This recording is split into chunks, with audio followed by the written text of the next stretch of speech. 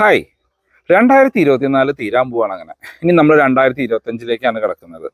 നമ്മളുടെ ബ്രസ 2022 ലോഞ്ച് ചെയ്തൊരു വാഹനമാണ്. ഇപ്പോൾ ഏകദേശം 3 കൊല്ലമായിട്ടുണ്ട്. ഞാൻ എടുത്തിട്ട് ഏകദേശം 2.5 കൊല്ലത്തിനടുത്തായി.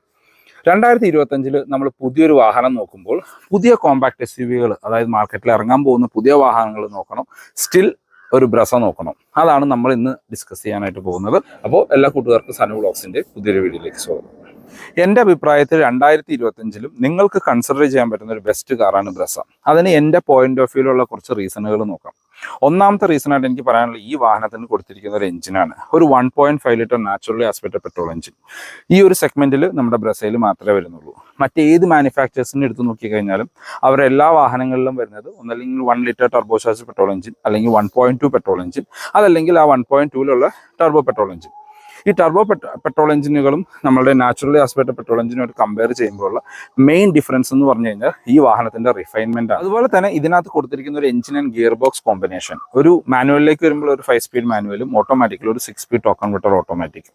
ഈ ഓട്ടോമാറ്റിക്കിലേക്ക് വരുമ്പോഴാണെങ്കിലും അതൊരു 6 സ്പീഡ് ടോക്ക് കൺവെർട്ടർ ഓട്ടോമാറ്റിക് കൊടുത്തിരിക്കുന്നതുകൊണ്ട് മൈലേജിൽ പ്രത്യേകിച്ച് ഇഷ്യൂസ് ഒന്നും വരുന്നില്ല.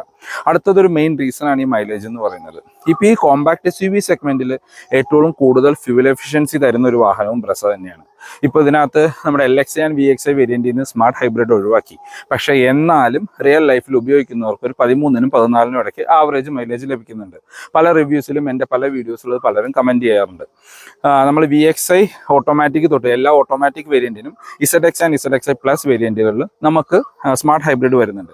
അപ്പോൾ ആ വേരിയന്റുകളിലെല്ലാം ഇപ്പം എനിക്ക് ഉൾപ്പെടെ എനിക്ക് വാഹനം ഓൾമോസ്റ്റ് 15 കിലോമീറ്ററിനടുത്ത് മൈലേജ് ലഭിക്കുന്നുണ്ട്. അങ്ങനെ നോക്കുമ്പോൾ ഈ കോമ്പാക്ട് SUV സെഗ്മെന്റിൽ ഏറ്റവും കൂടുതൽ ഫ്യൂവൽ എഫിഷ്യൻ്റ് ആയിട്ടുള്ള ഒരു വാഹനവും നമ്മളുടെ ബ്രസ തന്നെയാണ്. ഡീസൽ വാഹനങ്ങളിലേക്ക് വരുമ്പോഴാണ് അതിനകത്തൊരു ഡിഫറൻസ് വരുന്നത്. ഡീസൽ വാഹനങ്ങൾക്ക് കമ്പാരിറ്റീവ്ലി മൈലേജ് കൂടുതലാണ്. ഏത് മാനുഫാക്ചേഴ്സിൻ്റെ ഏത് കോമ്പാക്ട് SUV ഡീസൽ എടുത്താലും നമുക്കൊരു നിയർ ബൈ 20-ന് മൈലേജ് കിട്ടും. എനിക്കതിൽ തോന്നുന്നു ഏറ്റവും പവർഫുൾ ആയിട്ടുള്ളതും ഏറ്റവും മൈലേജ് തരുന്ന ഒരു വാഹനവും നമ്മളുടെ വെന്യൂ ആണ്. അടുത്തൊരു റീസൺ എന്ന് പറയുന്നത് ഈ വാഹനത്തിന്റെ ഡിസൈനാണ്. 2022 ലോഞ്ച് ചെയ്ത് 2025 എത്തി നിൽക്കുമ്പോഴും പുതുമ നഷ്ടപ്പെടാത്തൊരു ഡിസൈനാണ് ബ്രസയ്ക്കുള്ളത്. ഈ ഒരു സെഗ്മെന്റിൽ ശരിക്കും ഒരു SUV ഫീൽ തരുന്ന ഒരു വാഹനം നമ്മളുടെ ബ്രസയാണ്. ഇനി ഈ വാഹനത്തിന് ഒരു ഫേസ് ലിഫ്റ്റ് വന്നാൽ കൂടെയും ചെറിയൊരു കോസ്മെറ്റിക് ചേഞ്ചുകൾ മാത്രമേ വരുള്ളൂ. ഇപ്പോൾ പലരും ചോദിക്കുന്ന ഒരു കാര്യമാണ്, ഇതിന് ഫേസ് ലിഫ്റ്റ് വരുമോ, വലിയ ചേഞ്ചസ് വരുമെന്ന്. എൻ്റെ ഒരു അഭിപ്രായത്തിൽ വളരെ ചെറിയ കോസ്മെറ്റിക് ചേഞ്ചസ് എന്തെങ്കിലും വന്നാൽ മാത്രമായി. കാരണം ഇപ്പോഴും ഹോട്ട് സെല്ലിങ്ങിൽ നിൽക്കുന്ന ഒരു വാഹനമാണ് ബ്രസ. ഇപ്പോൾ ഡിസംബറിൽ ഓഫർ വന്നപ്പോഴാണെങ്കിലും 10,000 രൂപയുടെ എക്സ്ചേഞ്ച് ബോണസ് മാത്രമാണ് വരുന്നത്. ഇയർ എൻഡ് വാഹനങ്ങളോ ഇയർ ബാക്ക് വാഹനങ്ങളോ ഒന്നും അവൈലബിൾ അല്ല.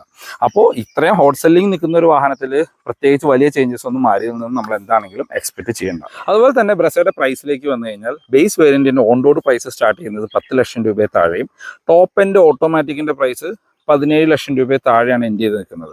അപ്പോൾ ഈ ഒരു സെഗ്മെന്റിലെ മറ്റു വാഹനങ്ങളായിട്ട് കമ്പയർ ചെയ്യുമ്പോൾ ബേസ് വേരിയന്റിന് കുറച്ച് പ്രൈസ് കൂടുതലാണ്. മറ്റു മാനുഫാക്ചേഴ്സിന്റെ ബേസ് വേരിയന്റുകളിൽ ബ്രസയിൽ വരുന്ന ബേസ് വേരിയന്റിനേക്കാളും ഫീച്ചേഴ്സ് കൂടുതലുണ്ട്, അല്ലെങ്കിൽ പ്രൈസ് കുറവാണ്. അതിനകത്തുള്ള ഒരു മെയിൻ റീസൺ എന്ന് പറയുന്നത് മറ്റ് മാനുഫാക്ചേഴ്സിന്റെ അല്ലെങ്കിൽ ഈ സെഗ്മെന്റിലുള്ള മറ്റെല്ലാ കോമ്പാക്ട് SUV-കളിലും ഒരു 1 ലിറ്റർ അല്ലെങ്കിൽ 1.2 ലിറ്റർ പെട്രോൾ എഞ്ചിൻ വരുമ്പോൾ, അതിൻ്റെ ടർബോ എഞ്ചിനുകൾ വരുമ്പോൾ ബ്രസയിൽ വരുന്നത് 1.5 ലിറ്റർ പെട്രോൾ എഞ്ചിനാണ്.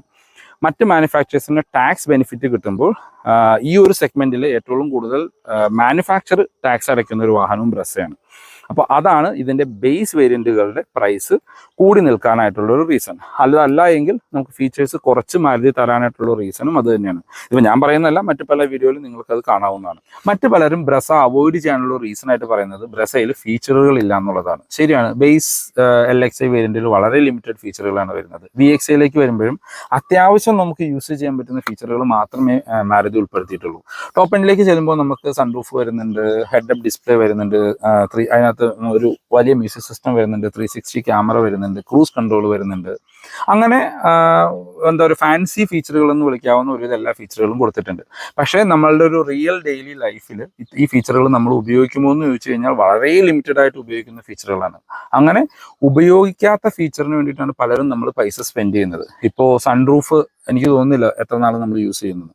ക്രൂസ് കൺട്രോൾ നമ്മുടെ കേരളത്തിലെ റോഡുകളിൽ ഉപയോഗിക്കാനേ പറ്റത്തില്ല. ഹെഡ് അപ്പ് ഡിസ്പ്ലേ, നമുക്ക് ഇവിടെയുള്ള ഒരു ഡിസ്പ്ലേ ഉള്ളപ്പോൾ പിന്നെ ഹെഡ് അപ്പ് ഡിസ്പ്ലേയുടെ ആവശ്യമുണ്ടോ എന്ന് ചോദിച്ചാൽ അതും ഒരു അനാവശ്യമാണ്. മറ്റു പല മാനുഫാക്ചേഴ്സിൻ്റെ വാഹനങ്ങളിൽ കണ്ടുവരുന്ന ഒരു ഫീച്ചറാണ് അഡാസ്. കാര്യം സേഫ്റ്റി റിലേറ്റഡ് ആയിട്ടുള്ള ഒരു ഫീച്ചറാണത്. പക്ഷേ അത് നമ്മളുടെ കേരളത്തിലെ റോഡുകളിൽ എന്തൊരു യൂസ്ഫുൾ ആണ് എന്നുള്ളതൊരു ക്വസ്റ്റ്യൻ മാർക്ക് തന്നെയാണ്. പക്ഷേ ഇന്ത്യയിലെ മറ്റു റോഡുകളിൽ ചിലപ്പോൾ അത് നല്ല രീതിയിൽ യൂസ്ഫുൾ ആയിരിക്കാം. അങ്ങനെ ആവശ്യമില്ലാത്ത ഫീച്ചറുകൾക്ക് വേണ്ടിയിട്ടാണ് നമ്മൾ പലരും വാഹനങ്ങളിൽ പൈസ സ്പെൻഡ് ചെയ്യുന്നത്. ഇപ്പോൾ VXi വേരിയന്റിൽ എനിക്ക് കുറവായിട്ട് തോന്നിയ കുറച്ച് ഫീച്ചറുകൾ എന്ന് പറഞ്ഞു കഴിഞ്ഞാൽ നമ്മളുടെ കീ ഇപ്പോഴും ആ ഒരു പഴയ കീ തന്നെയാണ്. ഒരു കീലെസ് എൻട്രി കാര്യങ്ങളൊക്കെ കൊടുക്കായിരുന്നു, ബാക്കിലൊരു വൈപ്പർ കൊടുക്കായിരുന്നു. ഈ 2 ഫീച്ചറുകളാണ് എൻ്റെ അഭിപ്രായത്തിൽ ഈ വാഹനത്തിൽ മിസ്സിംഗ് ആയിട്ട് തോന്നിയ ഒരു ഫീച്ചറുകൾ. മറ്റെല്ലാ ഫീച്ചറുകളും ഒരു സാധാരണ രീതിയിൽ റിയൽ ലൈഫിൽ ഉപയോഗിക്കാൻ പറ്റുന്ന കാര്യങ്ങൾ തന്നെയാണ്. ഈ സെഗ്മെന്റിലെ മറ്റു വാഹനങ്ങളുമായിട്ട് കമ്പയർ ചെയ്യുമ്പോൾ അത്യാവശ്യം നല്ല രീതിയിൽ ക്യാബിൻ സ്പേസ്, ഇന്റീരിയർ സ്പേസ് ഉള്ള ഒരു വാഹനമാണ് നമ്മുടെ ബ്രസ. ബാക്ക് സീറ്റിലൊക്കെ 3 പേർക്ക് അത്യാവശ്യം നല്ല കംഫർട്ടായിട്ട് ഇരുന്ന് യാത്ര ചെയ്യാനായിട്ട് പറ്റും. പിന്നെ കോമ്പാക്ട് SUV-കൾ അല്ലെങ്കിൽ SUV വാഹനങ്ങളിലുള്ള ഒരു ചെറിയ ബോഡി റോള് നമുക്ക് ബ്രസയിലും ഫീൽ ചെയ്യുന്നുണ്ട്. അതുപോലെ തന്നെ എടുത്തു പറയേണ്ട ഒരു കാര്യമാണ് ബ്രസയുടെ ബിൽഡ് ക്വാളിറ്റി. ഇപ്പൊ പലരും പറയുന്നുണ്ട് 6 എയർ ബാഗ്സ് ഇല്ല. ഇപ്പൊ മറ്റു പല എല്ലാ വാഹനങ്ങളിലും പുതിയത് ഇറങ്ങുന്ന എല്ലാ വാഹനങ്ങളും 6 എയർ ബാഗ് സ്റ്റാൻഡേർഡ് ആയിട്ട് വരുന്നുണ്ട്. പക്ഷേ ഗ്ലോബൽ NCAP-ൽ 4 സ്റ്റാർ റേറ്റിംഗ് കിട്ടിയ ഒരു വാഹനമാണ് ബ്രസ. അത് 2016 മാനുഫാക്ചർ ചെയ്ത വാഹനത്തിനാണ്. ആ സെയിം പ്ലാറ്റ്ഫോം തന്നെയാണ് ഇപ്പോഴും ബ്രസയിൽ യൂസ് ചെയ്യുന്നത്. അപ്പോൾ ഈ വാഹനം ഓടിക്കുന്ന സമയത്താണെങ്കിലും നമ്മൾ ഈവൻ ഡോറ് തുറന്നടയ്ക്കുന്ന സമയത്ത് പോലും നമുക്ക് അത്യാവശ്യം സ്ട്രോങ് ആൻഡ് സോളിഡ് ആയിട്ടുള്ള വാഹനമായിട്ട് ബ്രസ ഫീൽ ചെയ്യും. ആ ഒരു ബിൽഡ് ക്വാളിറ്റി മാരുതിയുടെ വാഹനങ്ങളിൽ എനിക്ക് തോന്നിയിരിക്കുന്ന S-Crossന്, ബ്രസയ്ക്ക്, ഇപ്പോൾ പുതിയ ജിംനിക്ക്, ഈ വാഹനങ്ങൾക്കൊക്കെയാണ് അത്യാവശ്യം ബിൽഡ് ക്വാളിറ്റി ഉള്ള വാഹനങ്ങളായിട്ട് നമുക്ക് ഫീൽ ചെയ്യുക. ശരിക്കും നമ്മൾ ഈ വാഹനം അകത്തിരുന്ന് ഓടിക്കുന്ന സമയത്ത് നമുക്കൊരു SUV ഫീല് തരും ബ്രസ. അത് നമ്മൾ എടുത്തു പറയേണ്ട ഒരു കാര്യമാണ്. ഞാൻ എൻ്റെ ബ്രസ ഉപയോഗിച്ച് തുടങ്ങിയിട്ട് ഓൾമോസ്റ്റ് 2.5 കൊല്ലമായി. ഈ 2.5 കൊല്ലത്തിനിടയ്ക്ക് ആകെ വന്നിരിക്കുന്ന ഒരു കംപ്ലൈൻറ്റ് എന്ന് പറഞ്ഞാൽ ഈ വാഹനത്തിലെ ബാക്കിലെ സെൻസറിന് വന്ന ചെറിയൊരു കംപ്ലൈൻ്റ് ആണ്. അത് ഫ്രീ ഓഫ് കോസ്റ്റിൽ എനിക്ക് ഷോറൂമിൽ നിന്ന് ഫിക്സ് ചെയ്തു തന്നു. അത് ഫിക്സ് ചെയ്യാനായിട്ട് എടുത്ത സമയം 2 മണിക്കൂറിൽ താഴെയാണ്. ഈ വാഹനം നിങ്ങൾ കണ്ടാൽ മനസ്സിലാവും, ഞാൻ ബാക്കിൽ പെയിന്റ് ഒക്കെ ചെയ്തതാണ്. അവർ ആ ഒരു പെയിന്റ് ക്വാളിറ്റിയിൽ തന്നെ ആ ചെറിയൊരു സെൻസർ ആണെങ്കിൽ ആ വൈറ്റ് ഫിനിഷിൽ തന്നെ എനിക്ക് ചെയ്തു തന്നു. അതൊക്കെ മാരുതിയുടെ വാഹനങ്ങൾ എടുക്കാനായിട്ടുള്ള ഒരു മെയിൻ റീസണുകളിൽ ഒന്നാണ്, എസ്പെഷ്യലി ബ്രസ. ഇപ്പോൾ നിങ്ങൾ ബ്രസ ഉപയോഗിക്കുന്ന ആരോട് ചോദിച്ചു കഴിഞ്ഞാലും വാഹനത്തിന് പ്രത്യേകിച്ച് കംപ്ലൈൻറ്റുകളൊന്നും തന്നെ ഇല്ല. അതാണ് മെയിൻ ആയിട്ടുള്ളൊരു റീസൺ. അതുപോലെ തന്നെ ആഫ്റ്റർ സെയിലിന് കിട്ടുന്ന നമുക്ക് ആ ഒരു സർവീസും അതിൻ്റെ ഒരു ക്വാളിറ്റിയും. ഈ വാഹനത്തിന് ഇപ്പോൾ 3 സർവീസുകൾ കഴിഞ്ഞു. എനിക്ക് ഈ ലാസ്റ്റ് ഇയറിൽ റീസെൻ്റ്ലി ചെയ്ത സർവീസിന് എനിക്ക് കോസ്റ്റ് വന്ന് വെറും 6,000 രൂപയുടെ അടുത്താണ്. 5,000-6,000 രൂപയുടെ അടുത്താണ്. അപ്പോൾ ഒരു 10,000 കിലോമീറ്ററിൻ്റെ ഒരു സർവീസ് ഈ ഒരു കോസ്റ്റിന് ചെയ്യാൻ പറ്റുന്ന ഒരു വാഹനവും എൻ്റെ അഭിപ്രായത്തിൽ ബ്രസയാണ്. ഒരു ചെറിയ വാഹനം കൊണ്ടു നടക്കുന്ന അതേ ചെലവിൽ നമ്മൾക്ക് ഇത്ര വലിയ വാഹനമാണെങ്കിലും ബ്രസ കൊണ്ടു നടക്കാനായിട്ട് പറ്റും. അത് ഈ ബ്രസ എടുക്കാൻ ഞാൻ പലവരും സജസ്റ്റ് ചെയ്യാനായിട്ടുള്ള ഒരു മെയിൻ റീസണുകളിൽ ഒന്നാണ്. അപ്പോൾ നിങ്ങൾ വിചാരിക്കും ബ്രസയിൽ കംപ്ലീറ്റ്ലി പോസിറ്റീവുകൾ മാത്രമാണെന്ന്. അല്ല, നമുക്ക് ഈ ഒരു ബ്രസയിൽ ഇത്രയും പ്രൈസ് വരുന്ന വാഹനത്തിൽ ചെറിയ ചെറിയ നെഗറ്റീവുകൾ എനിക്ക് ഫീൽ ചെയ്തിട്ടുണ്ട്. അതിൽ ഒന്നാമത്തെ നെഗറ്റീവായിട്ട് എനിക്ക് പറയാനുള്ളത് ഈ വാഹനത്തിൽ നമ്മൾ ആദ്യം പറഞ്ഞ ഒരു സേഫ്റ്റിയുടെ കാര്യം തന്നെയാണ്. ഇപ്പോൾ എല്ലാ മാനുഫാക്ചറേഴ്സും 6 എയർ ബാഗ് സ്റ്റാൻഡേർഡായിട്ട് കൊടുക്കുമ്പോൾ ബ്രസയിലും 6 എയർ ബാഗ് സ്റ്റാൻഡേർഡായിട്ട് കൊടുക്കാം. ചിലപ്പോൾ അടുത്ത ഒരു ഫേസ് ലിഫ്റ്റ് വരുമ്പോൾ 6 എയർ ബാഗ് ഉണ്ടാകും എന്ന് നമുക്ക് എക്സ്പെക്റ്റ് ചെയ്യാം. അതുപോലെ തന്നെയാണ് ബേസ് വേരിയന്റിൽ കൊടുത്തിരിക്കുന്ന ഫീച്ചറുകൾ. ഇപ്പോൾ 10 ലക്ഷം രൂപയുടെ ഒരു വാഹനമാണ്, അതിനകത്തൊരു ഓട്ടോമാറ്റിക് AC അവർ കൊടുക്കുന്നില്ല. പിന്നെ സ്റ്റിയറിംഗ് ആണെങ്കിൽ ഒരു ബേസിക് സ്റ്റിയറിംഗ് കൊടുക്കുന്നു. അതുപോലെ തന്നെ വളരെ ബേസിക് ആയിട്ടുള്ള കാര്യമാണ് ബാക്കിലെ ഹെഡ് റെസ്റ്റ്. അത് ബേസ് വേരിയന്റിൽ ഉൾപ്പെടുത്തിയിട്ടില്ല. അത് നമ്മൾ പുറത്തുനിന്ന് ചെയ്യണം. അതൊരു സേഫ്റ്റിനെ ബാധിക്കുന്ന ഒരു കാര്യമാണ്. അങ്ങനത്തെ കുറച്ച് ഫീച്ചേഴ്സുകളിൽ ഇപ്പോഴും ബ്രസ എടുക്കുന്നവരോട് എനിക്ക് പറയാനുള്ള കാര്യങ്ങൾ അത് എടുത്തു കഴിഞ്ഞാൽ പുറത്തുനിന്ന് ആക്സസറൈഡ് ചെയ്യാനായിട്ട് ശ്രമിക്കുക. പിന്നെ അതുപോലെ തന്നെ ആ വാഹനത്തിൽ കൊടുത്തിരിക്കുന്ന കീ ഇപ്പോഴും 2008 ഇറങ്ങിയ സ്വിഫ്റ്റിൽ വരുന്ന സെയിം കീ ആണ് 2025 നമ്മൾ ബ്രസയുടെ ബേസ് വേരിയന്റ് മേടിച്ചാലും കിട്ടുന്നത്. അത് എനിക്കൊരു പോരായ്മയായിട്ട് തോന്നി. കാര്യം ഇപ്പോൾ സ്വിഫ്റ്റിന് VXi ഓപ്ഷണൽ എന്ന് പറഞ്ഞ വേരിയന്റിൽ ഒരു കീലെസ് എൻട്രി കൊടുത്തപ്പോൾ ബ്രസയ്ക്ക് ഈ 10 ലക്ഷം രൂപ 11 ലക്ഷം രൂപ വില വരുന്ന VXiയിലെങ്കിലും നമുക്ക് അങ്ങനെ ഒരു കീ കൊടുക്കാമായിരുന്നു എന്ന് എനിക്ക് തോന്നി. അപ്പോൾ still in 2025 you can consider A Brezza. എൻ്റെ ഒരു അഭിപ്രായങ്ങളാണ് ഈ വീഡിയോയിൽ പറഞ്ഞിരിക്കുന്നത്. ഇപ്പോൾ ബ്രസ എടുക്കണോ വേണ്ടയോ എന്ന് ചിന്തിച്ച് നിൽക്കുന്നവർക്ക് ഈ വീഡിയോ ഉപകാരപ്പെട്ടു എന്ന് ഞാൻ വിചാരിക്കുന്നു.